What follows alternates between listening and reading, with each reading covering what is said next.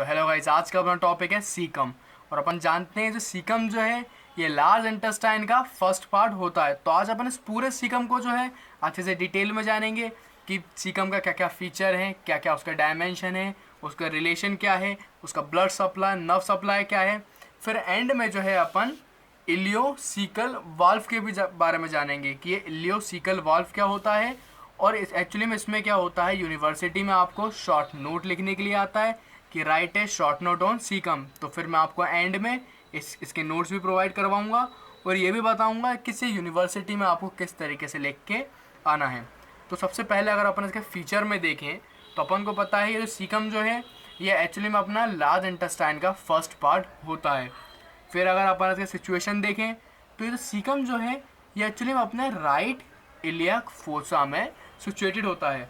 अगर मैं आपको इसको डायग्राम से दिखाऊं ये वाले, तो ये क्या है, ये है अपने 9 क्वाड्रेंट्स ऑफ एब्डोमेन। अपन पूरे एब्डोमेन को 9 क्वाड्रेंट्स में डिवाइड करते हैं।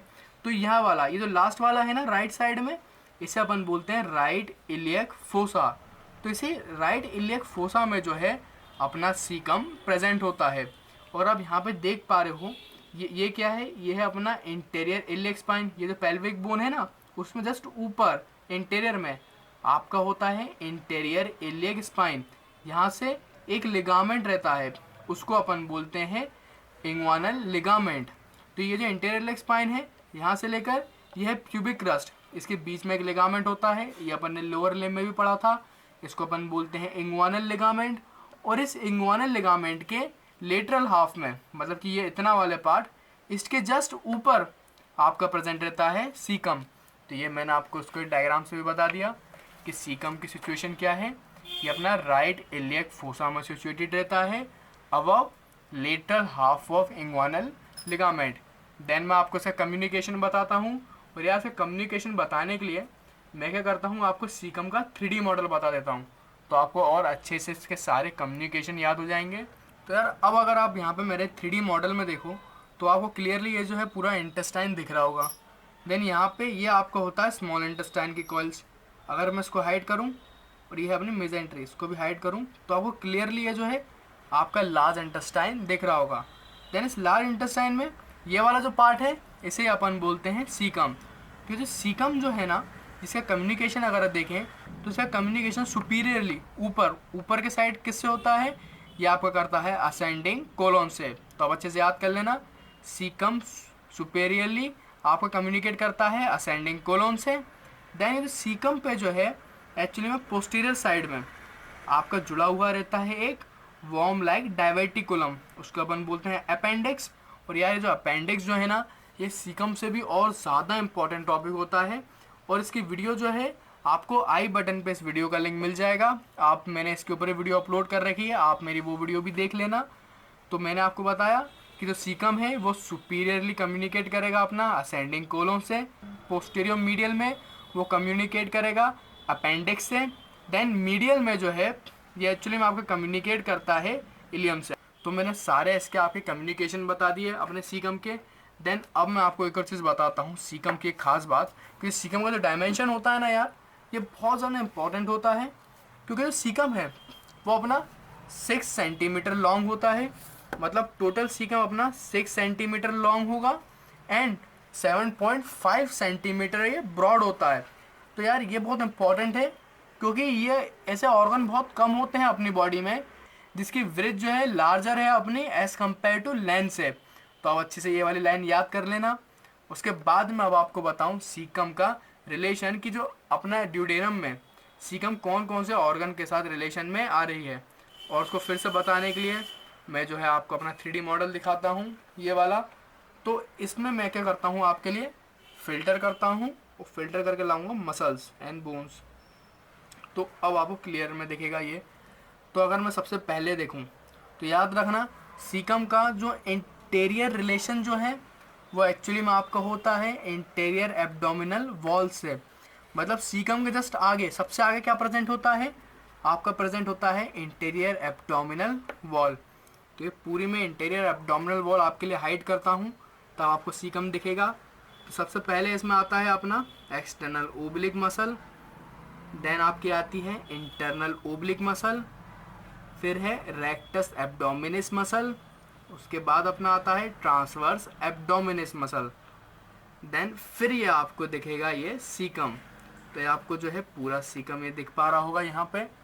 देन ये सीकम के हो गए इंटीरियर रिलेशन। सबसे पहले इसके इंटीरियर में फिर से बताऊँ, ये पूरी है इंटरनल ओब्लिक मसल। उसके बाद ये जो है एक्चुअली में इंटीरियर में सीकम के सामने जो है स्मॉल इंटेस्टाइन की कॉइल भी आ जाती है। तो इसके इंटीरियर के दो रिलेशन हुए, एक कॉइल ऑफ इंटेस्टाइन और इंटीरियर एब्डोमिनस वॉल। उसके अलावा अगर अपन सीकम के जस्ट पीछे देखें, पोस्टीरियर में क्या प्रेजेंट है, इसके जस्ट पोस्टीरियर में आपके प्रेजेंट हैं दो मसल। तो दोनों मसल के आप नाम अच्छे से याद कर लेना। एक आपकी होती है राइट इलियाक्स मसल, मैं सेपरेट भी करता हूँ, ये वाली मसल ये अपन ने जो है फीमोरल ट्रायंगल में भी पढ़ी थी। एक है अपनी राइट इलियाक्स मसल, दूसरी है अपनी श्वास मेजर मसल। तो ये दोनों मसल मैंने आपको बता दी। उसके अलावा यहाँ पे जो है तीन नर्व्स भी अपनी आती हैं, रिलेशन में बनाती हैं अपने सीकम के साथ। वो एक होती है अपनी femoral nerve, then femoral nerve की ही दो ब्रांचेस, एक जेनेटोफीमोरल नर्व, दूसरी lateral cutaneous nerve of thigh. अब अपन देखते हैं इसके वेसल में। तो वेसल में अगर मानो कि मेल है तो मेल में प्रेजेंट होगा टेस्टिकुलर वेसल, और फीमेल है तो प्रेजेंट होगा इसमें ओवरियन वेसल। तो सारे के सारे मैंने जो है आपको सीकम के रिलेशन बता दिए। और यार अपन ने क्या इसको 3D मॉडल से देखा है ना, तो सारी चीज़ें तुम अच्छे से 3D में याद हो गई होंगी। वरना अगर मैं डायरेक्ट 2D में नाम लिख देता ना तो तुम्हें अच्छे से इमेजिन नहीं हो पाता। और इसलिए मेरी ज़्यादा कोशिश यही रहती है कि आपको ज़्यादा से ज़्यादा अच्छे से मैं समझा पाऊँ। देन फिर अपन देखते हैं इसका ब्लड सप्लाई, कि किस तरीके से सीकम का ब्लड सप्लाई होता है। तो अगर आप यहाँ पे देखो इसके ब्लड सप्लाई के डायग्राम में, तो एक्चुअली में ये क्या है, ये है अपना सुपीरियर मेजेंट्रिक आर्टरी। तो सुपीरियर मेजेंट्रिक आर्टरी की एक डायरेक्ट ब्रांच होती है, उसे अपन बोलते हैं इलियोकोलिक आर्टरी। तो ये जो इलियोकोलिक आर्टरी जो है एक्चुअली में आगे जाके दो डिवीज़न में डिवाइड हो जाती है। एक सुपीरियर डिवीज़न जो कि ऊपर साइड जा रहा है, और एक होती है इन्फीरियर डिवीज़न।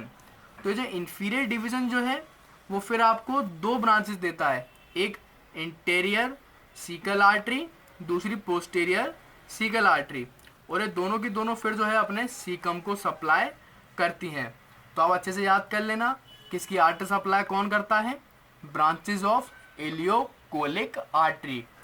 फिर अपन देखें वेन, तो इसका सारा का सारा जो डीऑक्सीजनेटेड ब्लड जो है वो अल्टीमेटली अपन ड्रेन कर देते हैं सुपीरियर मेजेंट्रिक वेन में।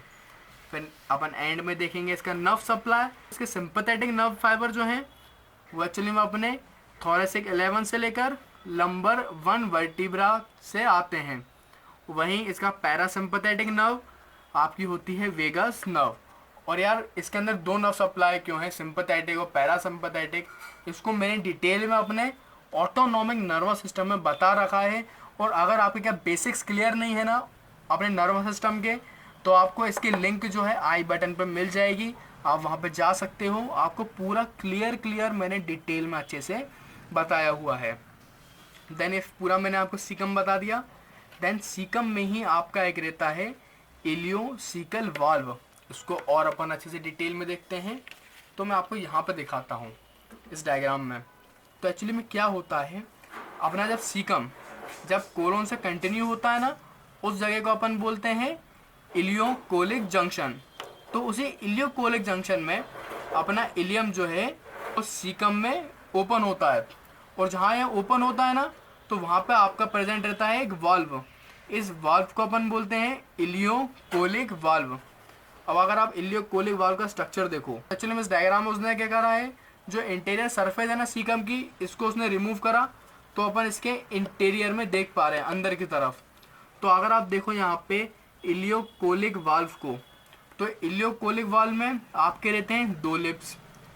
एक आपको सुपीरियर में दिख रहा होगा वो है अपना सुपीरियर लिप, और एक लोअर में दिख रहा होगा वो है अपना लोअर लिप। तो इसके दो लिप्स हैं, एक अपर लिप या फिर सुपीरियर लिप, और एक लोअर लिप या फिर इन्फीरियर लिप। और ये दोनों लिप्स क्या करते हैं, अपने एंड में जाके हो जाते हैं ज्वाइन। तो उसे ही अपन बोलने लगते हैं फिर फेरेनोलम। और फेरेनोलम का मतलब ही यही होता है एक स्मॉल फोल्ड होना, उसका मतलब होता है फेरेनुलम। तो अगर आप देखो जो अपर एंड लोअर लिम्ब अगर लेफ्ट में आपकी जाके दोनों अटैच होंगी तो उसे बोलेंगे लेफ्ट या फिर इंटीरियर फेरेनुलम, क्योंकि ये थोड़ा सा जो है इंटीरियर साइड में रहता है। सिमिलरली ये राइट साइड में, इसे बोलेंगे अपन राइट फेरेनुलम, और ये जो है थोड़ा पोस्टीरियर में होता है, इसलिए अपन इसे बोलते हैं पोस्टीरियर फेरेनुलम। उसको और अगर अपन डिटेल में देखें मेरे नोट्स में तो आपको पता चलेगा। ये जो इलियोकोलिक वाल्व है इसका स्ट्रक्चर देखें तो उसमें होती हैं 2 लिप्स और 2 फेरेनुलम। तो इसका जो अपर लिप है ना, अब आप इसको और डिटेल में देखो, एक्चुअली में इसका जो अपर लिप है ना वो आपका है हॉरिजॉन्टल, ठीक है, ये आपको दिख भी पा रहा होगा। लेकिन इसका जो लोअर लिप है ना वो है इसका कॉनकेव। तो ये बेसिकली इसमें क्या, इसमें थोड़ा सा आपको फीचर्स याद करने पड़ेंगे कि लिप्स किस तरीके के होते हैं। तो आप ये याद कर लेना कि अपर लिप हॉरिजॉन्टल है, वहीं लोअर लिप इसका आपका है कॉनकेव और ये लॉन्गर है as compare to upper lip से। वहीं 2 फेरेनुलम के बारे में अपन देख लिया। फेरेनुलम कैसे बनता है, form by fusion of lips, दोनों लिप्स के फ्यूजन से बनता है एंड में। वहीं अपन ने देखे थे 2, लेफ्ट वाला आपका होता है इंटीरियर। ये बिल्कुल कंफ्यूज मत होना, लेफ्ट को पोस्टीरियर मत लिख के आना यूनिवर्सिटी में, एग्जामिनर ये बिल्कुल चेक करेगा, क्योंकि यहीं पे बच्चे गलती करते हैं कभी कभी। तो लेफ्ट है इंटीरियर, तो आप जिंगल बना लो एलए, एलए होता है ना अमेरिका में, ये एलए कर लो। वहीं इसको कर लो पोस्ट, राइट है अपने पोस्टीरियर में। उसके अलावा यहाँ पे एक बहुत इंपॉर्टेंट पॉइंट लिखा हुआ है, एक्चुअली में ये जो है कीवर्ड लाइन है, तो मैंने भी एज इट इज लिख दी, पीडीसी में लिखी हुई थी कि ये जो वॉल्व हो ना वो अपना क्लोज होता है सिंपैथेटिक नर्व्स के कारण। तो सिंपैथेटिक नर्व जो है इस वॉल्व को क्लोज कर देती है। वहीं अगर इसका अपन फंक्शन देखें, इसका फंक्शन क्या है, तो एक्चुअली में इसका फंक्शन अगर आप देखो तो इसका मेन फंक्शन तो यही है, ये जो है प्रिवेंट कर दे है reflux from caecum to ileum. मतलब सीकम में कुछ कंटेन है वो वापस अपना इलियम में ना जा पाए, इसको वो कंट्रोल करने का काम करता है ये वॉल्व। उसके अलावा सीकम में जो कंटेन है ना उसको रेगुलेट करने का भी ये काम कर रहा है। तो अब मैं इसके नोट्स प्रोवाइड करता हूँ आपको, और ये भी बताता हूँ उसे यूनिवर्सिटी में किस तरीके से लिख के आना है।